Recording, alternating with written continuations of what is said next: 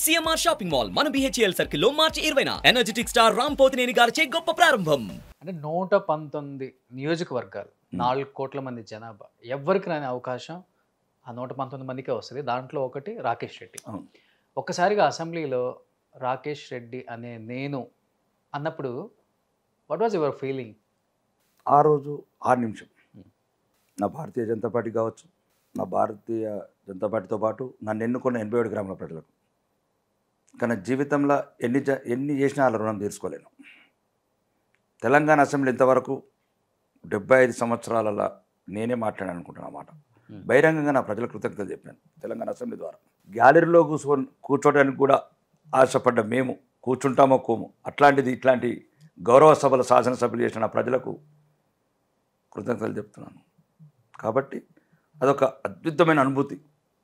మీరు అన్నట్లు అదొక మాయాసభ. రాజకీయ వారసత్వం ఉన్నవాళ్ళు, కోట్ల కొద్ది డబ్బు ఉన్నవాళ్ళు, అట్లనే సిపిఐ కూనంనేని లాంటి ఎమ్మెల్యేలు కావచ్చు. అంటే ఒక రకమైన అది ఒక కొత్త రకం నా జీవితంలో. వారసత్వ రాజకీయాలు కావచ్చు, రకరకాలు. అంటే జమీందారుల పిల్లలు, లేకపోతే వేల కోట్లు ఉన్న పిల్లలుతో నేను కూర్చోవటము. కానీ నేను ప్రతి క్షణం నా ప్రజల గురించి మాట్లాడాలనుకున్నాను. ప్రతి క్షణం నేను 5 సంవత్సరాల వాళ్ళు ఇచ్చిన ఆశీర్వాదం వల్ల ఏదైతే లైసెన్స్ ఇచ్చారో దానివల్ల నా ప్రజలకు సంబంధించిన సమస్యల గురించి మాట్లాడాలనుకున్నాను. మొదటి ప్రసంగం మాట్లాడిన తర్వాత మాట్లాడారు. ఫస్ట్ స్పీచే చాలా బాగుంది. అక్కడే కనెక్ట్ అయిపోయారు జనం. అదే అందరు కూడా అన్నది అదే. నేను అదే చెప్తున్నాను. మళ్ళీ రాజకీయాలు ఎందుకు అంటే వ్యాపారాలు చేసుకుంటే ఇప్పుడు మీరు వీడియో పెట్టుకున్నారు, నేను వ్యాపారం చేసుకున్నాను, అది ప్రజలకు సంబంధం లేదు. అవును. కానీ ప్రజలతో ఎన్నుకోబడి ప్రజా సమస్యలను పక్కదోవ పట్టించి వాడంత వీడింత తిన్నాడు, వీడు రండి అంటే వాడు రండి అంటే రాజకీయ లాంగ్వేజ్ మాట్లాడటము. మనం ఏం నేర్పుతున్నాం? ఒక ఉన్నతమైన స్థానాలు ఉన్న వాళ్ళు మాట్లాడకూడదట. మీరో నేనో మాట్లాడినప్పుడు కొత్త వాళ్ళం. 40 ఏళ్ళ అనుభవం ఉన్నాను, ఒక అతను మాజీ ముఖ్యమంత్రి, 20 ఏళ్ళ అనుభవం ఉన్నాను. కొత్త ముఖ్యమంత్రి రండి అనే పదాలు వాడుతున్నారు ఈ తెలంగాణ అసెంబ్లీలో అనేది ఒక ఇబ్బందికరమైన పరిస్థితి. కాబట్టి నాకు కావాల్సింది ఏంటంటే ఆ రోజు వేదిక ద్వారా అడిగాను, ఇప్పటివరకు ఇంకా తీయలేదు, అది జరగలేదు. మరి దాని మీద అమర నిరాదీక్ష చేయాలనుకుంటున్నాను. ఆ రోజు ఫస్ట్ ప్రసంగంలో నేను చెప్పాను, కొడంగల్ శాసనసభ్యుడైన రేవంత్ రెడ్డి గారికి బహిరంగానే చెప్పాను, సమాజం అంతా చూసింది. మీరు ఏదైతే మోడల్ ప్రాజెక్ట్ అని ఏదైతే 150 కోట్లతో మీరు కొడంగల్లో ఇంటిగ్రేటెడ్ మోడల్ స్కూల్స్ పెట్టుకుంటున్నారో దక్షిణ తెలంగాణలో, ఉత్తర తెలంగాణలో కూడా ఒకటి మోడల్గా తీసుకుంటే ఆర్మూర్ని. మీరు కొడంగల్లో ఏది చేస్తే దక్షిణ తెలంగాణలో మీరు ఏది చేస్తున్నారో ఒకటి ఉత్తర తెలంగాణ మోడల్గా తీసుకోండి. ఇప్పుడు ఇంతకుముందు ఇప్పుడు గౌరవ ముఖ్యమంత్రి గారు కూడా విమర్శించారు. మంచి తెలివైన వాడు, తొందరగా ముఖ్యమంత్రి ఎట్లా కావచ్చో నేర్చుకున్నవాడు.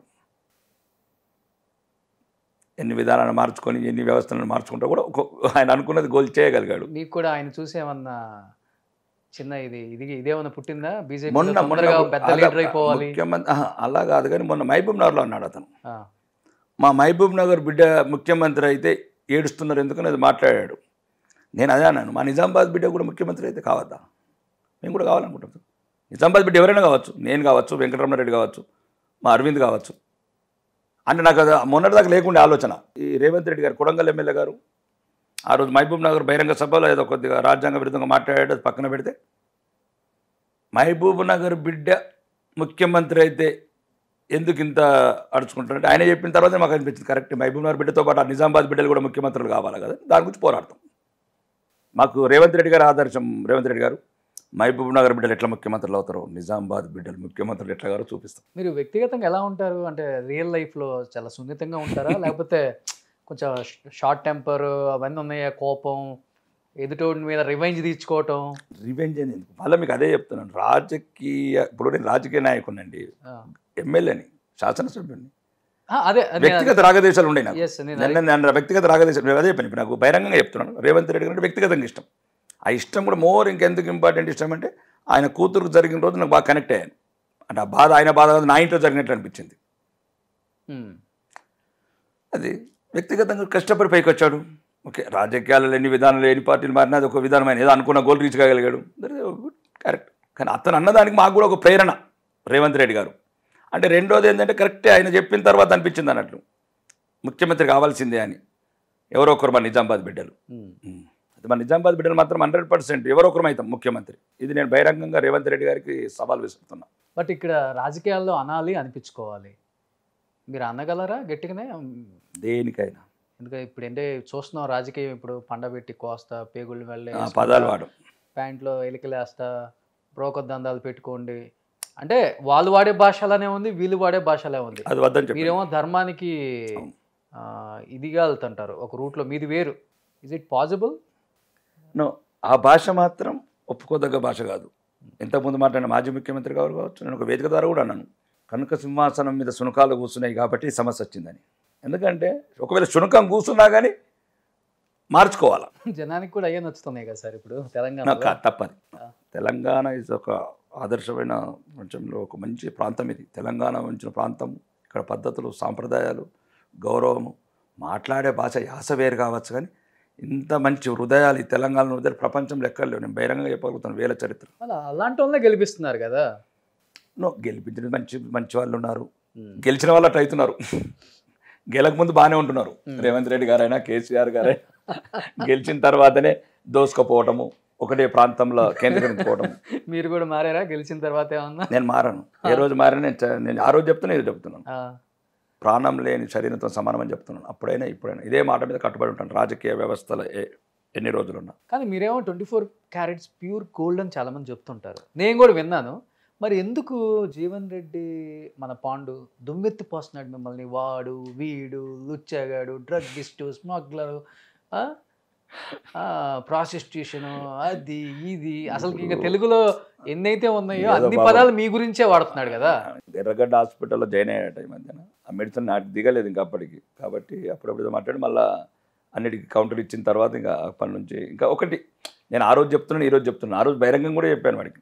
ఇప్పటికీ నాకు వ్యక్తిగతంగా వాడి మీద ఏం లేదు. ఓకే, వాడి మీద లేదు, వాడి మీద వినరెడ్డి గారి మీద ఏం లేదు. ఎందుకు ఉంటుంది వాళ్ళ మీద? ఎందుకు ఉండాలి అసలు? అవునవునవును, వాళ్ళ రాజకీయ వ్యవస్థలో వాళ్ళు అప్పుడు ఏదైనా అక్కడ చేసిన దౌర్జన్యం మీరు కాకపోతే మీరు ఇంటర్వ్యూ తీసుకెళ్ళండి. ఈ 10 సంవత్సరాలు అక్కడ జరిగిన ధ్వంసమైన అంతేందుకు పెద్ద మీరు నమ్మరు. కానీ నేను అతని గురించి మాట్లాడుతున్నా.